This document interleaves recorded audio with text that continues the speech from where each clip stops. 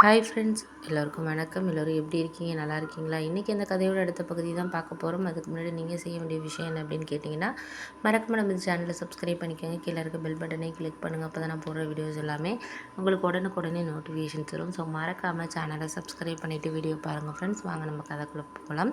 அதுக்கப்புறம் நான் சில நாட்களுக்கு அப்புறம் சரி, அம்மா கிட்ட இந்த விஷயத்தை பற்றி சொல்லிடலாம் அப்படின்னு சொல்லிட்டு நான் முடிவெடுத்தேன். ஏன் அப்படின்னா, நம்ம ஒருத்தரை விரும்புகிறோம், அதுக்கு அம்மா அப்பா சம்மதிக்கிறாங்க இல்லை. ஆனால் நம்ம விரும்புகிறது அவங்களுக்கு தெரிஞ்சால் தானே அவங்க நம்ம கல்யாணம் பேச்சை பற்றி அவங்க ஒரு இது பண்ணுவாங்க. அப்படிங்கிறதுனால நான் சொன்னேன். ஆனால் சொன்னதுக்கப்புறம் என்னாச்சுன்னு பார்த்தீங்கன்னா, அம்மா இது மாதிரி என்ன சொன்னாங்கன்னா, எனக்கு ஒன்றும் இதில் இது கிடையாது. ஆனால் அப்பா தான் அவங்க அக்கா பையனுக்கு உன்னை கல்யாணம் பண்ணி கொடுக்கணும் அப்படிங்கிற ஒரு ஆசையில் இருக்காங்க. எனக்கு நீ நல்ல பையனாக நல்லா இருந்து நல்ல ஒரு வேலையில் இருக்கிற பையனாக இருக்கா, அவன் ஃபேமிலி நல்லா இருந்தால் நான் எனக்கு ஓகே தான்ம்மா. ஏன்னா அம்மாவும் அப்பாவும் லவ் மேரேஜுங்கிறதுனால, அம்மா டீச்சருங்கிறதுனால அவங்க லவ் மேரேஜ் கண்டிப்பாக வேணாம் அப்படின்னு சொல்ல மாட்டாங்க அப்படிங்கிறது எனக்கு நல்லாவே தெரியும். நான் அப்பா தான் என்ன சொல்ல போகிறாரோ அப்படின்னு சொல்லிட்டு தான் எனக்கு ஏன்னா அத்தை பையனுக்கு தான் என்னை கல்யாணம் பண்ணி வைக்கணும் அப்படின்னு அவங்க வெளிநாட்டில் இருக்காங்க.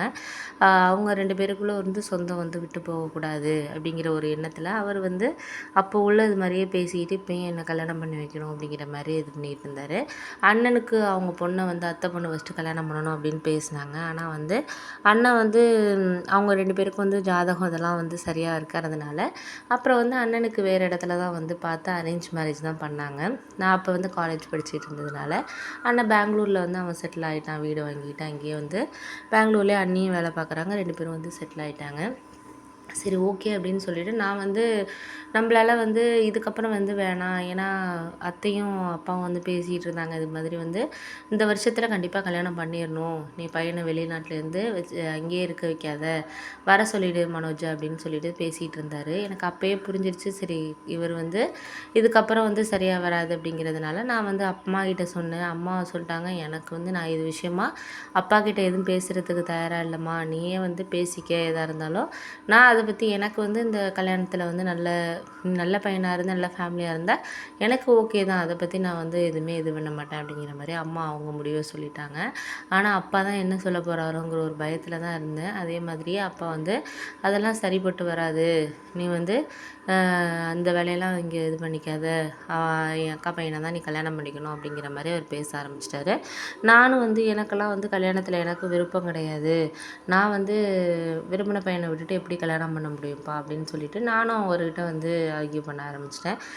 அவர் என்கிட்ட அதிலேருந்து பேசுகிறதே இல்லை. கிட்டத்தட்ட 2 மந்த் ஆகுது, பேசுகிறதே கிடையாது.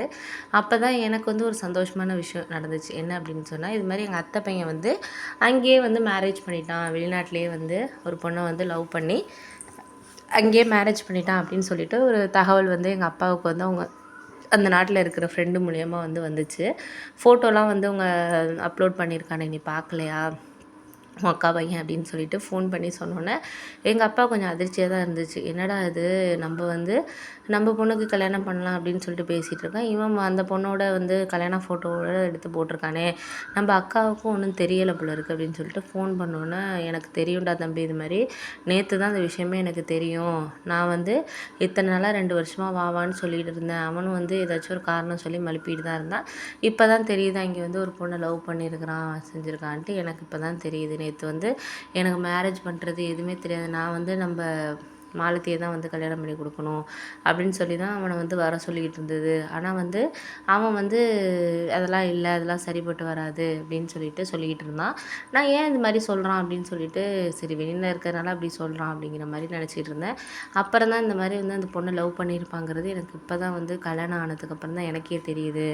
நான் இதை எதிர்பார்க்கவே இல்லைடா, என்னை மன்னிச்சிரு அப்படின்னு சொன்னோன்னே, சரி சரிக்கா விடு விடு, அதெல்லாம் என்ன பண்ணுறது, அதுங்க விருப்பம் அப்படின்னு சொல்லிட்டு அப்புறம் அப்பா அவர் தவறையே உணர்ந்தார். அதாவது இப்போ அவன் அவங்க அம்மா அப்பா கிட்ட ஒன்றுமே சொல்லாமல் இவ்வளோ இது பண்ணி அவன் இங்கேயே மேரேஜ் பண்ணிக்கிட்டு ஃபோட்டோ போடுறான்.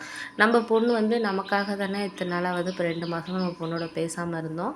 ஆனால் அவனுக்கு இதே நம்ம பொண்ணையே கல்யாணம் பண்ணி வச்சுருந்தாலும் நாளைக்கு அந்த பொண்ணோட போய் அவன் வாழ மாட்டாங்கிறது என்ன நிச்சயம் அப்படிங்கிறது மாதிரி சொன்னோன்னே எனக்கு புரிய ஆரம்பிச்சிச்சு. அப்போ தான் சரி, ஓகே, இதுக்கப்புறம் இதுக்கு மேலே நம்ம பேச வேண்டியதில்லை, பார்த்துக்கலாம் நம்ம அப்படின்னு சொல்லிட்டு நானும்